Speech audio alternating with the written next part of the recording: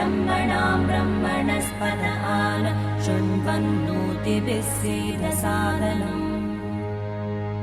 ॐ महागणपतये नमः।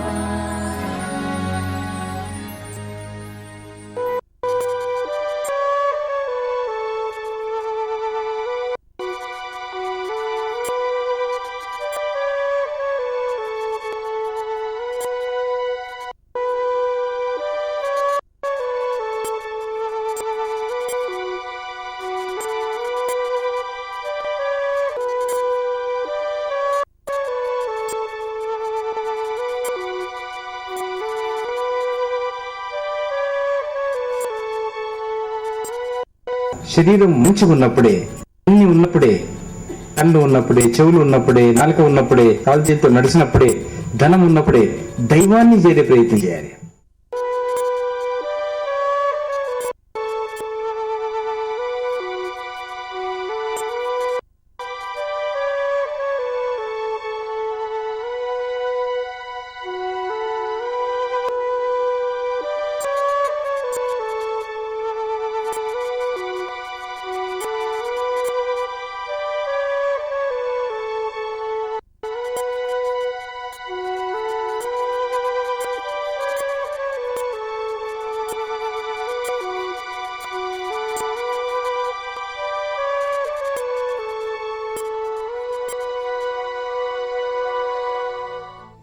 అమరజీవులారా, ఆత్మ స్వరూపులారా,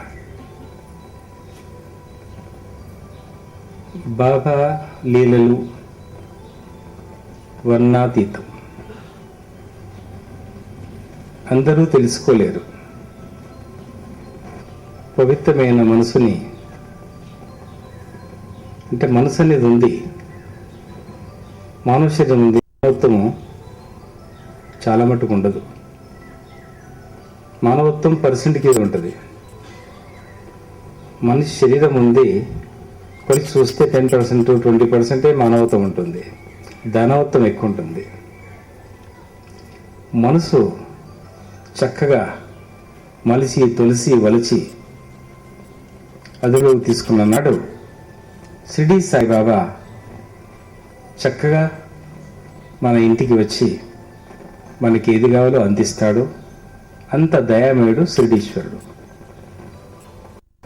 హర్దాపురంకు చెందిన బలిరామ్ టీచరు, విద్యావంతుడు, జ్ఞానవంతుడు, శీలవంతుడు, ధనవంతుడు కూడా. 2 కొడుకులు పుట్టాడు. తెల్లటివాడు, ఆజానుభావుడు, అందమైన వాడు, మంచి చదువు నేర్చుకున్నవాడు. కానీ ఎక్కడ కొలువు చేసినా 2 రోజులు చేస్తాడు, 3వ రోజు ఇంటికి వస్తాడు, ఏదో వంక పెడతాడు. అలాంటి కొడుకు పుట్టాడు బలిరామ్కి. ఇంకో కొడుకు పని చేయడు, తండ్రి సంపదనతో తప్పదాగి యుద్ధాలు చేస్తాడు, ఇబ్బందుల పాలు చేస్తాడు. అంత మంచి మనిషికి ఈ 2 విషఫలాలు.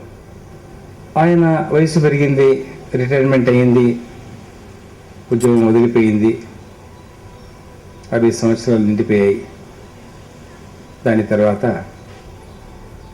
ఎప్పటి నుంచో మూత్రంలో మంట, దాంతో మామూలు మందులు తిని కాలం గడిపేవాడు. ఆ మంట పోటు అనేది దేనికి పోయింది. ఎక్స్రే తీయించుకుంటే ఒక కిడ్నీలో 22 mm, ఇంకో కిడ్నీలో 32 mm. మరి ఇంకో కిడ్నీ మళ్ళీ తీస్తే దాంట్లోనే ఇంకా 14 mm రాళ్ళు ఎన్నో ఉన్నాయి. పెద్ద పెద్ద రాళ్ళు కుడిదల్లా కిడ్నీ లోపల ఉన్నాయి. ఆ బాధ భరించలేకపోతున్నాడు. దినానికి నొప్పులు పెరుగుతూ ఉన్నాయి. మంట, ఆయాసం, మూత్రవ్యాధి పెరిగిపోతూ ఉంది. ఈ 2 కొడుకులు ఉద్యోగం చేయనివాడు ఒకడు, సంపదను సంపాదించింది తాగుడుకు, కొట్లాటలకి, పోలీస్ స్టేషన్లకు తగలబెట్టేవాడు తండ్రి. అంటే కొడుక్కి దుర్మాన కట్టేవాడు. ఆయన పోలీసు వెళ్తే తాగి ఎవరినైనా కొడితే, కొట్లాడితే విడిపించుకురావాలి. అదే పని అయిపోయింది ఆయనది. దాంతోపాటు ఈ వ్యాధి, రాళ్ళు, పెద్ద పెద్ద రాళ్ళలో. డాక్టర్లు చెప్తారు, ఆ ఊరిలో చెప్తారు, బలిరామ్ మా మాట వినవయ్యా, నువ్వు చాలా బాధపడుతున్నావు, ఆపరేషన్ చేయించుకో, ఎంతో మంది బాగు చేసుకున్నారు, బాగైపోయారు, నువ్వు కూడా బాగు చేసుకో. అలాగే అంటాడు. కానీ లోపలి విషయం తెలియదు. ఎంత డబ్బైతే టీచర్గా ఉండి తనకు అంతకుముందే ఉన్న ఆస్తి మొత్తము 2 కొడుకులు పాడు చేశారు. బయటికి మాత్రం పెద్ద మనిషిలాగా ఉండాలి, డబ్బు లేదని చెప్పుకోలేడు, చెప్పుకుంటే చందా ఇస్తుండొచ్చేమో, ఆయన పరువు అంత బాగుంది, కానీ వద్దు అని ఆకారంగా వదిలేసేవాడు. నాకు ఇప్పుడు అక్కర్లేదు, వయసు కూడా బాగా మించిపోయింది, బ్రతికేం చేయాలి, నేను సరైన సంతానం కూడా లేదని అందు స్నేహితులతోటి బంధుమిత్రులతో చెప్పుకొని లోడ బాధపడేవాడు. ఒక్కరోజు భయంకరమైన నొప్పి మొదలైంది. నొప్పి చాలా భయంకరమైన నొప్పి. మొదటి కాన్పులో బలహీనమైన స్త్రీ ప్రసూతి కావాలనుకుంటే నానా బాధలు పడాలి, ఓ పిల్లని కనాలంటే నానా బాధలు పడాలి. అంతకంటే 100 రెట్ల బాధ భరిస్తున్న బలిరాం కొట్టుకోలేకపోతున్నాడు. ఇటు నడుము ఇటు కాలు ఇటు చేయబెట్టుకుని పల్లడం. మూత్రం వస్తుంది అంటాడు, వెళ్తాడు, మూత్రం రాదు. విరేచనం వస్తుంది అంటాడు, వెళ్తాడు, విరేచనం రాదు. అట్లా 30 సార్లు 20 సార్లు వచ్చిపోయేవాడు. పోతూ పోతూ ఏమనేవాడు, సాయిబాబా నువ్వు తప్ప నన్ను ఎవరు రక్షించరు తండ్రి, నువ్వు రక్షించు బాబా అని అనుకునేవాడు. తన చేతిలో ఫోటో పెట్టుకునేవాడు చిన్నది. బాధ భరించినప్పుడల్లా ఫోటోని బాగా పిసికేవాడట, బాగా గట్టిగా ఇలా పిసికేవాడు. అప్పుడు రక్తం కూడా వెళ్ళేది కొన్నిసార్లు, ఆయనకి తెలియదు. అంత భయంకరమైన ప్రసూతి బాధ లాంటి బాధ అంటది. కొంత బాధపడ్డా కానపోయినాక నొప్పెన్న తగ్గుతుందేమో స్త్రీకి, కానీ ఇది తగ్గడం లేదు. అప్పుడు సాయి నువ్వు తప్ప నాకెవరయ్యా, ఒక్కపారి నువ్వు అనుకుంటే నాకు ఏదైనా చేయగలవు అని 2 చేతులెత్తి దండం పెడుతున్నాడు. అప్పుడు ఆయనకు ఆలోచన వచ్చింది. రాత్రి 3 గంటలకట్లా ఆ ఊరిలో ఇనాందార్ అనే ఒక వ్యక్తి సాయిబాబా ఈ ఊతి ఇస్తాడు ఆయన. కానీ ఈయనకు తెలిసింది ఏంటంటే ఆయన ఔషధం ఇస్తాడు, కిడ్నీలో ఉంటే రాళ్ళు వెళ్ళిపోతాయి అని ఎవరో చెప్పారట. ఎప్పుడో ఇనాందార్ దగ్గరికి తన కొడుకును పంపించాడు, పెద్ద కొడుకుని. నాయన వెళ్ళి కొంచెము ఔషధం తీసుకురా, లేకుంటే సిడిది విభూతి ఉంటుంది ఆయన దగ్గర, అదేనా తీసుకురా, నా బాధ ఆయనకు అన్ని విషయాలు వివరంగా చెప్పారట. వెళ్ళి అక్కడి నుంచి ఈ విభూతి తీసుకొచ్చాడు. ఇది ఔషధం కాదు నాయనా, ఇది విభూతి నేను ఇచ్చింది, ఎవరికో ఇచ్చారంట, రాళ్ళు పడిపోయాయట, మరి నీకు ఇంత పెద్ద రాళ్ళు ఉంటే దీంతో సాధ్యం కాదు, అది పడదు, ఆపరేషన్ చేసుకుంటే మంచిది అని ఆయన కూడా చెప్పాడట. ఇనాందార్ ఏం చేశాడు, ఈ విషయం విన్న తర్వాత ఎందుకు ఆయన ఇంటికి వెళ్ళాడట. వెళ్ళి ఇనాందార్ పని ఏంటి, చిన్న వయసు నుంచి ఎవరికి ఏమైనా విభూతి పొట్లాలు పంచడం.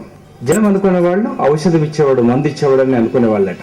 అప్పుడు ఇనాందార్ అయ్యా విభూతి రాసుకో, ఇది కొంచెం నీళ్ళు వేసుకొని తాగు, లేదు లేదు విభూతి నాకు వద్దు, మీరు ఔషధం ఇస్తారట, రాళ్ళు పడిపోయాయట, మీరు ఔషధం ఇవ్వండి, ఇదే ఔషధం, దీనిలో ఉన్న శక్తి నేను చెప్పడానికి వీలు లేదు, మనసారా భగవంతుని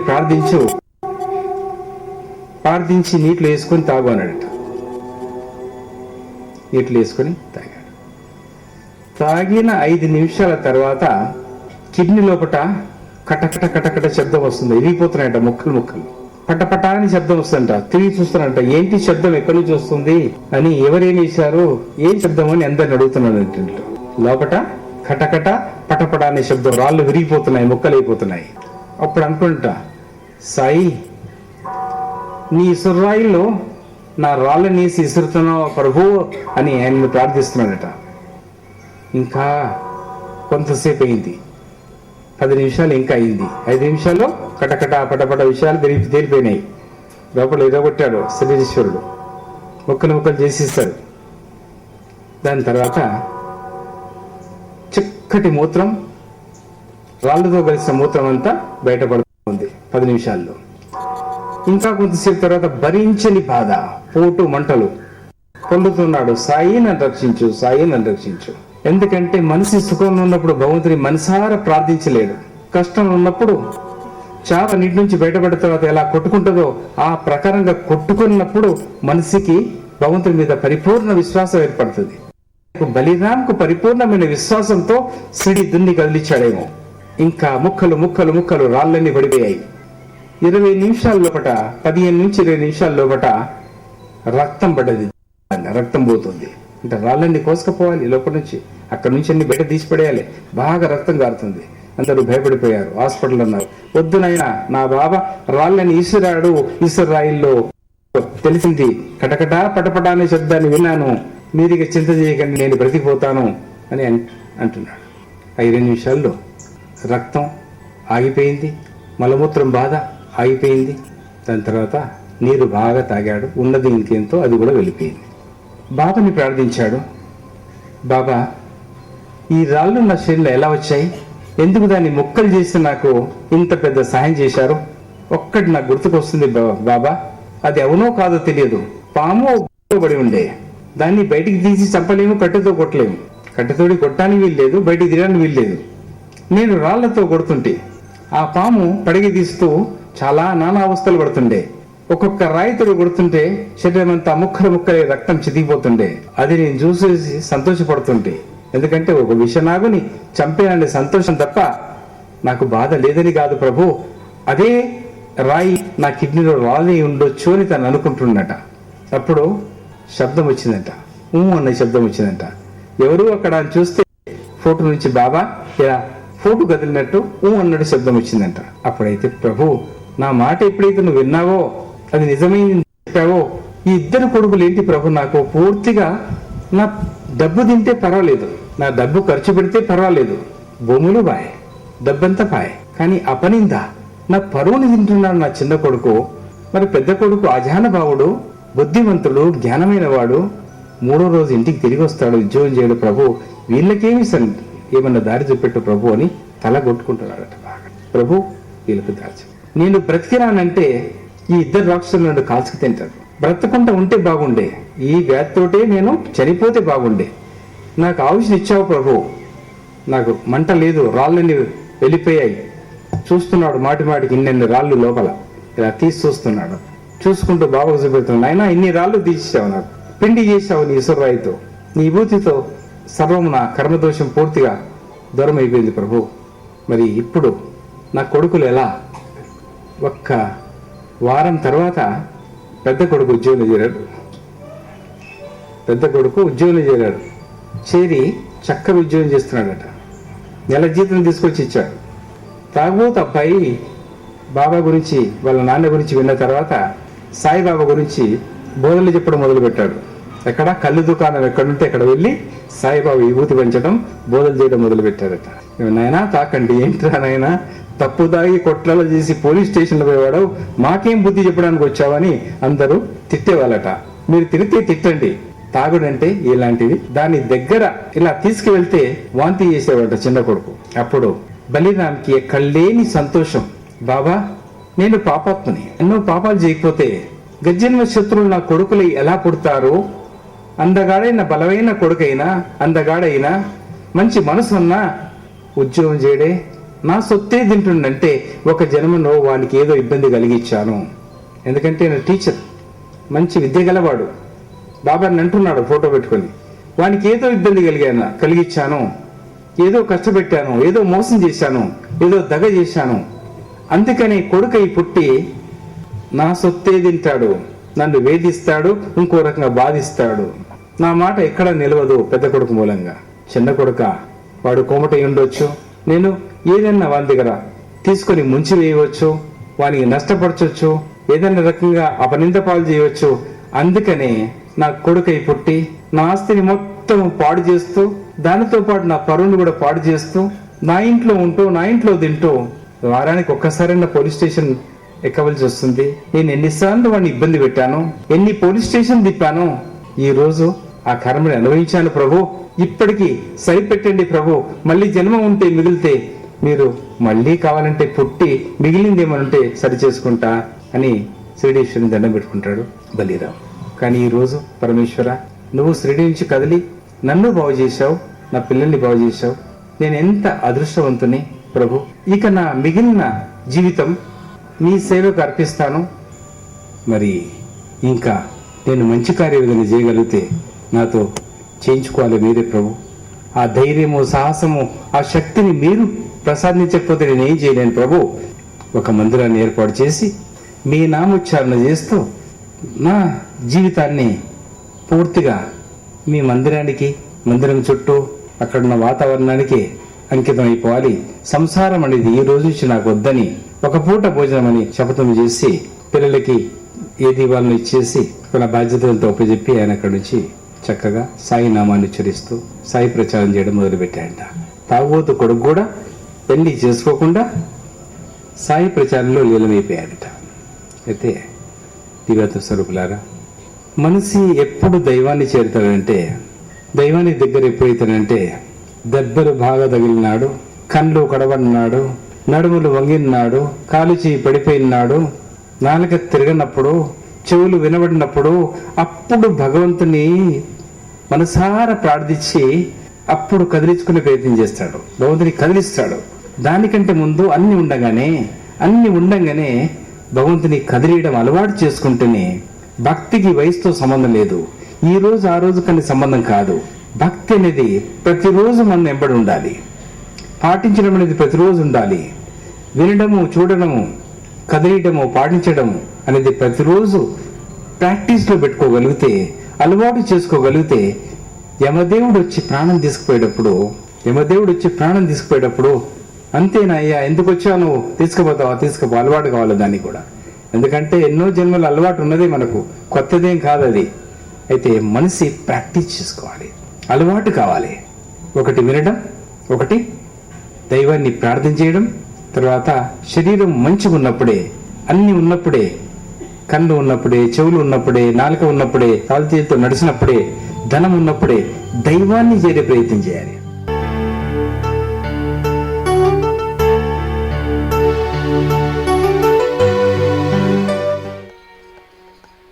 హే కృష్ణ ముకుంద మురారి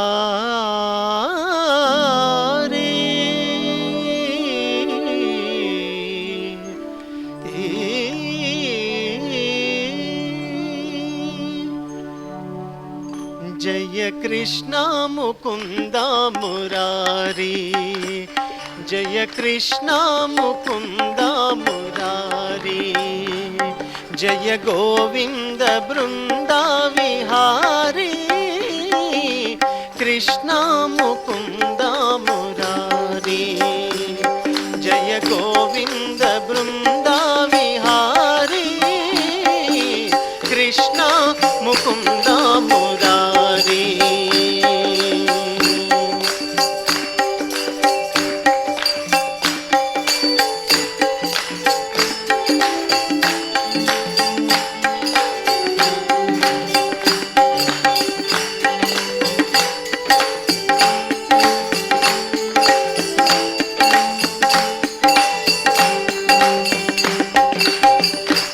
పలుగాచి పనులకు గోపిమ్మ సోకించి నిన్ను రోట బంధించెనంట,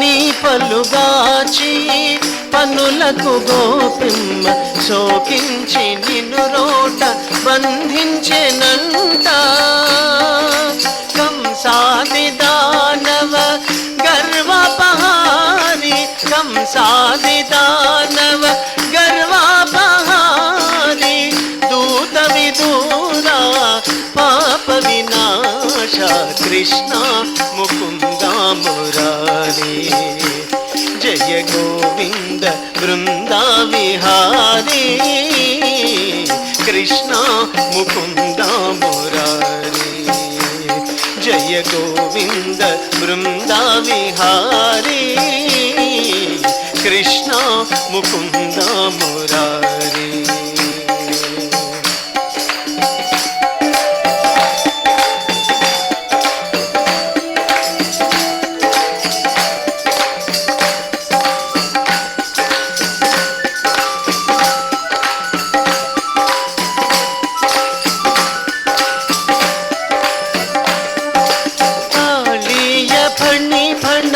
జాలాల జన జన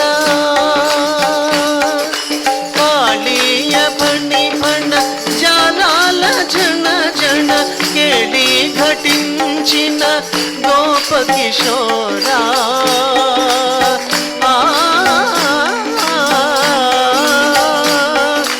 కాళీయ ఫణి ఫణ జాలాల జన జన, కేళి ఘటించిన గోప కిశోర, కృష్ణ ముకుంద మురారి. गोविन्द वृन्दाविहारी कृष्ण मुकुन्द मुरारी।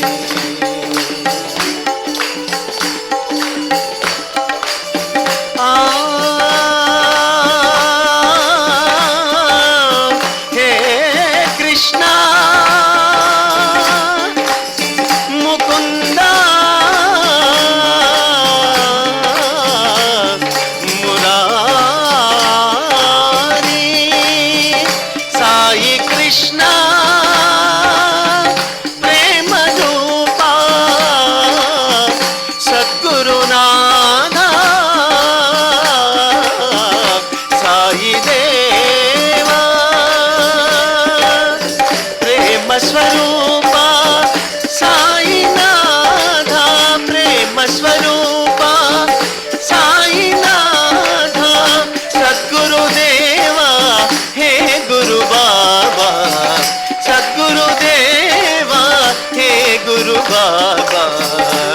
जय कृष्ण मुकुन्द मुरारी, जय गोविन्द वृन्दाविहारी कृष्ण मुकुन्द मुरारी।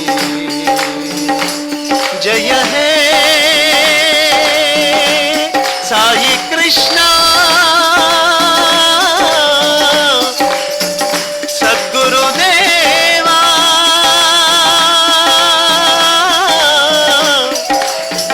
साईनाथ।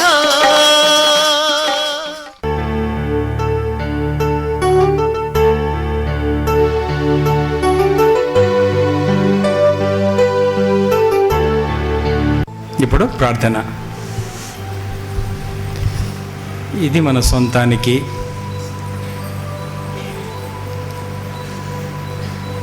ఇది మన వారికి అందరికీ, ఇది దైవానికి, యావత్ ప్రపంచానికి. పరమేశ్వర పరంపావన పరమ కళ్యాణ గుణాచరణ పాపహరణ పుండరీక వరద పురాణ పురుషోత్తమ భక్తవత్సల భవబంధ విమోచనాయ. పరమేశ్వర పరంపావన పరమ కళ్యాణ గుణాచరణ పాపహరణ పుండరీక వరద పురాణ పురుషోత్తమ भक्तवत्सल भवबंध विमोचनाय। अभी भगवान के लिए, दुनिया के लिए, हर जगह के लिए, हर कंट्री के लिए, हर मुल्क के लिए अभी प्रार्थना करेंगे ताकि सुख शांति से रहे। ये परमेश्वरा परम पावना परम कल्याण गुणाचरण पापहरण पुंडरीक वरदा पुराण पुरुषोत्तम भक्तवत्सल भवबंध विमोचनाय। ये परमेश्वर परम पावना परम कल्याण गुणाचरण पापहरण पुंडरीक वरदा पुराण पुरुषोत्तम भक्तवत्सल भवबंध विमोचनाय। ये प्रकृति माता शांति शांति शांति।